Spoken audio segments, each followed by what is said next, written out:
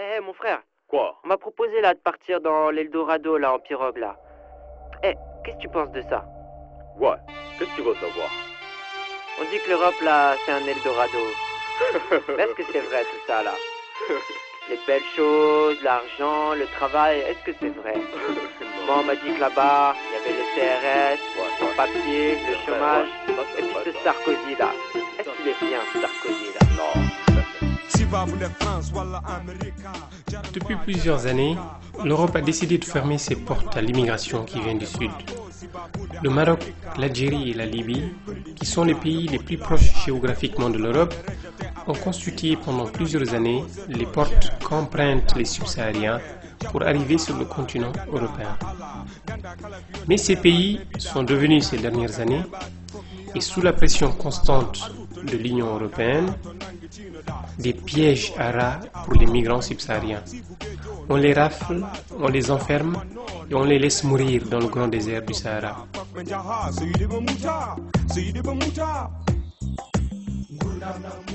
La répression qui touche les migrants subsahariens dans ces pays les a poussés à changer d'itinéraire pour arriver en Europe. Et c'est une des raisons qui a fait de la République islamique de Mauritanie la nouvelle porte vers l'Europe. Les autres raisons de ce choix sont à chercher dans les relations qui existent entre la Mauritanie et les autres pays de la sous-région. La Mauritanie a longtemps été membre de la CEDEAO, Communauté économique des États de l'Afrique de l'Ouest, qui regroupe 14 pays. Les ressortissants de ces pays ont le droit de circuler et de s'installer librement dans cet espace sous-régional. La Mauritanie a donc été, depuis toujours, une terre d'accueil pour les migrants. Mais cet accueil est mis à mal par les accords de coopération qu'elle passe avec l'Europe. C'est par Nouadhibou, capitale économique de la Mauritanie, que les migrants subsahariens tentent, sur des pirogues de fortune, de rejoindre le continent européen. Et c'est là que nous avons rencontré des migrants qui nous parlent d'eux et de leur désir d'Europe.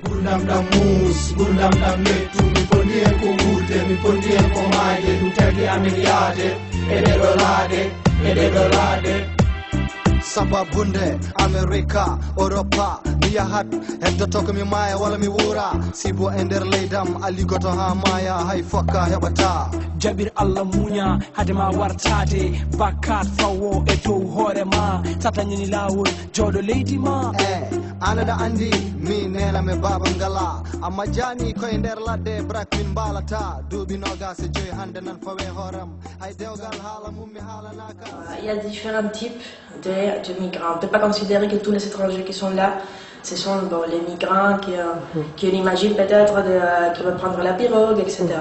Bonjour. Bonjour. Tu t'appelles comment? Moi je m'appelle Moussa Keita. Tu as quel âge, Moussa? J'ai 27 ans. Et tu es de quelle nationalité? Nationalité malienne. De quelle région du Mali venez-vous? Moi je viens des régions de Kouligoro. Et quel est votre niveau d'études? Mon étude de niveau c'est le DEF. Le DEF? Oui.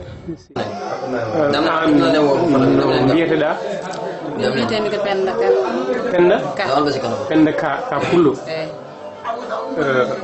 Hol wuro jeeɗa? Mbiɗa jeeya Sénégal ɗo wiide ɗum nokkere ɗo wiyete Daara Jolof. Daara Jolof gummiɗa? No foti duuɓi joguiɗa? Duuɓi 23. Duuɓi 23. Abdourahmane no jetteteɗa? So holto gummiɗa? la Guinée. Holno gummiɗa Guinée? Ça fait 2 ans comme ça. Je m'appelle Mamadou Togola. Mamadou Togola. Togola? Oui.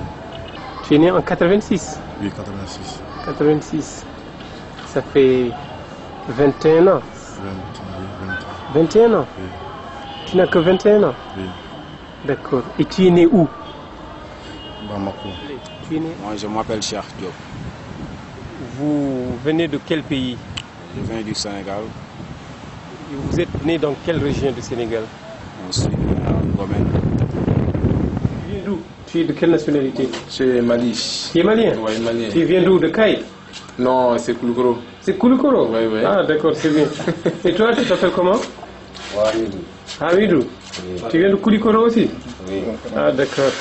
Et toi tu t'appelles comment? Je m'appelle Amadou Kimiri. Amadou Kimiri. Kimiri, et tu viens d'où?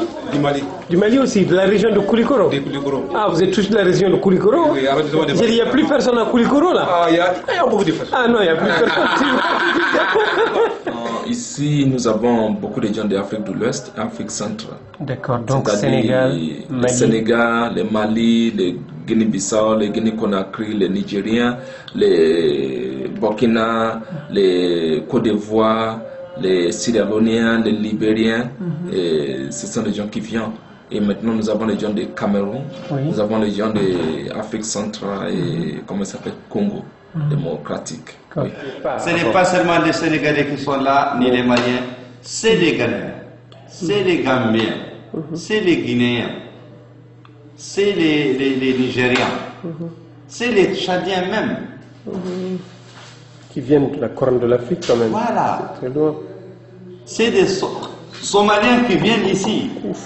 C'est des Asiatiques, des Irakiens, des Pakistanais, des Indiens, etc. Et qui sont là. Nouadhibou est la capitale économique de la Mauritanie. La ville est située sur le Cap Blanc, à l'extrémité nord-ouest du pays, et se trouve à 470 km de la capitale, Nouakchott.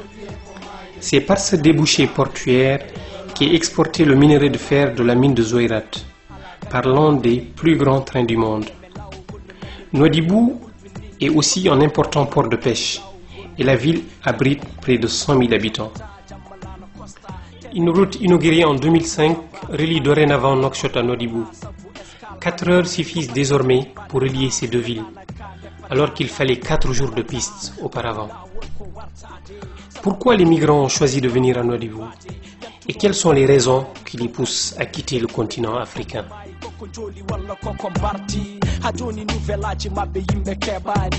Shabab Mauritane, soyade Espagne, jareni be wartade, sek leydi ndi Allah naɓe nafoore. Pourquoi Nouadhibou? Nouadhibou, taki amin suɓade Nouadhibou. Bon, Nouadhibou ɓuri paddorade ɗo sabu ɗo 4 jours ɓe mbi walla 3 jours. Tawi geeƴo ala hendu. Ko 4 jours walla 3 jours mbaɗa arrivé e iluji he. Ils savent que la Mauritanie est située au bord de l'océan Atlantique et qu'il n'y a pas beaucoup de choses qui la séparent des îles Canaries. Et par conséquent, quand on vient ici, on peut toujours tenter, à travers des réseaux de passeurs, d'aller aux îles Canaries et par là on rentre d'Europe.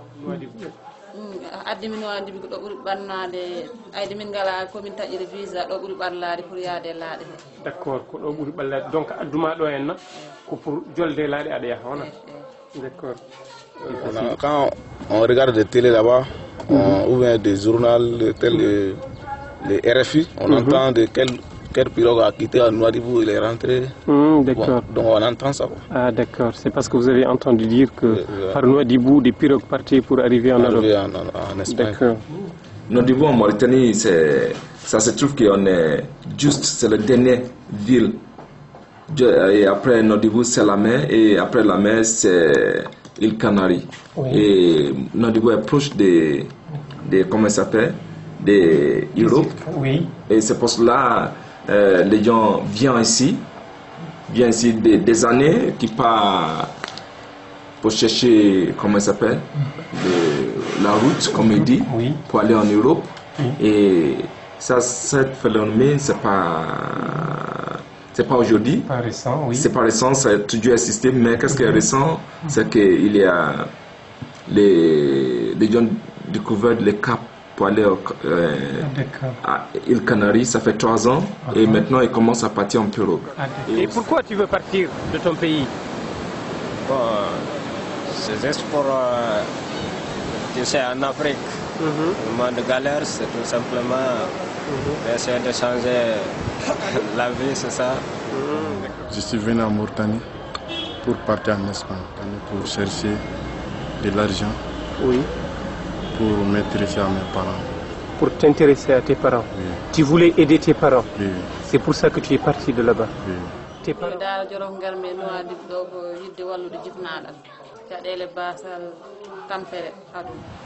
Bon, on est parti comme tous les autres, puisque tu es au Sénégal, bon, tu ne peux pas avoir du travail, tu ne peux pas avoir de quoi faire, bon, et tu peux soutenir tes parents, tu sais. Et, bon, pour gagner ta vie, bon, on n'a plus le courage, bon, de rester au Sénégal. Puisque tu prends plus que 2 ans, 3 ans, moi, après mes études. Après avoir décroché tu as fait des études? Oui. Après avoir décroché mon brevet, j'ai resté là-bas 2 ans ou 3 ans, je n'ai pas de travail. Chaque jour, je cherche du travail, je fais ceci, je fais ça, mais ça va marcher. C'est pourquoi j'ai essayé de tenter là, en l'Espagne, comme les gens. Il faut savoir, les gens qui partent vers l'Europe, ce sont les gens qui sont tellement braves. Franchement, ce sont les gens qui sont tellement braves et qui veulent chercher les meilleures vie.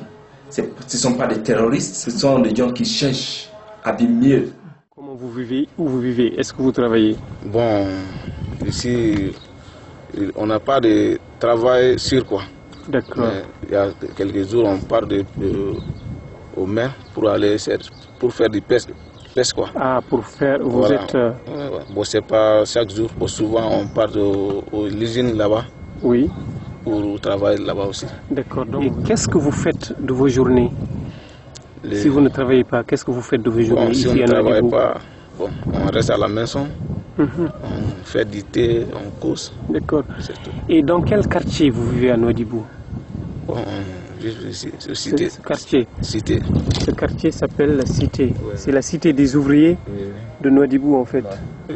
Et vous êtes combien dans cette maison? On est 4.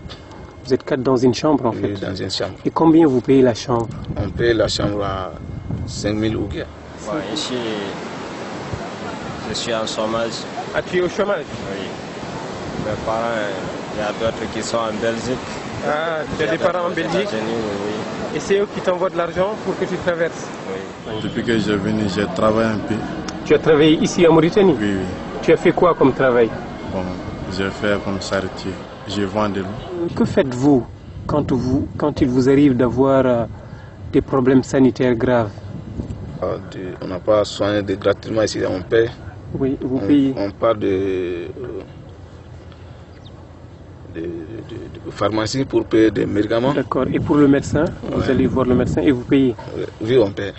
Et c'est dans quel hôpital que les gens vous soignent ici? Il y a un hôpital espagnol ici. Il y a un hôpital espagnol. Vous allez dans cet hôpital espagnol? Oui. Et vous payez pour vous soigner dans cet hôpital espagnol? Voilà. D'accord. Bon. La condition de vivre à Nouadhibou, franchement parler, à Nouadhibou, les immigrants ils sont libres par rapport à d'autres lieux que j'ai connus. Au moins, je connais Maroc. Et les immigrants se cachent. Ici, les immigrants ils sont libres. Peut-être parce que la Mauritanie était dans les CEDEAO avant et maintenant ils n'ont plus, mais ils toléraient les gens pour bouger. Mais la condition de vivre, c'est tellement difficile parce qu'il n'y a pas beaucoup de choses à faire en Nouadhibou. Il n'y a pas de travailler. Et les gens, comme ils s'appellent parfois, ils sont... La vie est chère ici aussi. Ils sont mal à vivre. Pour aller où il habite, 5, 6, 7, 8, 9, 10 dans la même chambre et il achète un sac de riz pour manger chaque jour de riz et tout ça. C'est tellement pénible, c'est pas...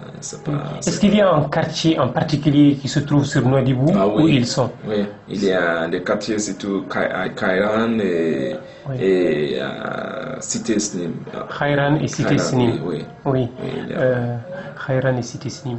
Il y en a qui habitent dans des foyers par nationalité, on peut dire, des grandes maisons où il y a beaucoup de gens d'une nationalité, d'une autre comme ça. Il y en a qui habitent seuls, dans des maisons partagées ou dans des petites chambres, etc.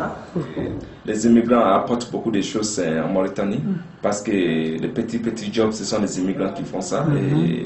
Et ils travaillent beaucoup. Oui, ils travaillent dur aussi. Ils travaillent dur aussi. Et moi, je pense qu'il y a la relation entre les Mauritaniens et les immigrants. Et parfois, même les Mauritaniens ils ont plus de confiance dans les migrants et que les Mauritaniens comme eux. Et ça n'est pas dit qu'il n'y a pas des mauvais côtés, que les immigrants qui sont maltraités, les immigrants qui sont... parce qu'ils sont des immigrants, ils ne sont pas payés juste les droits et tout ça. Mais par rapport, moi je pense que c'est toutes les choses que tu peux trouver n'importe dans la société. C'est pas différent que qu'est-ce que tu peux trouver en France vers les immigrants, c'est la même chose.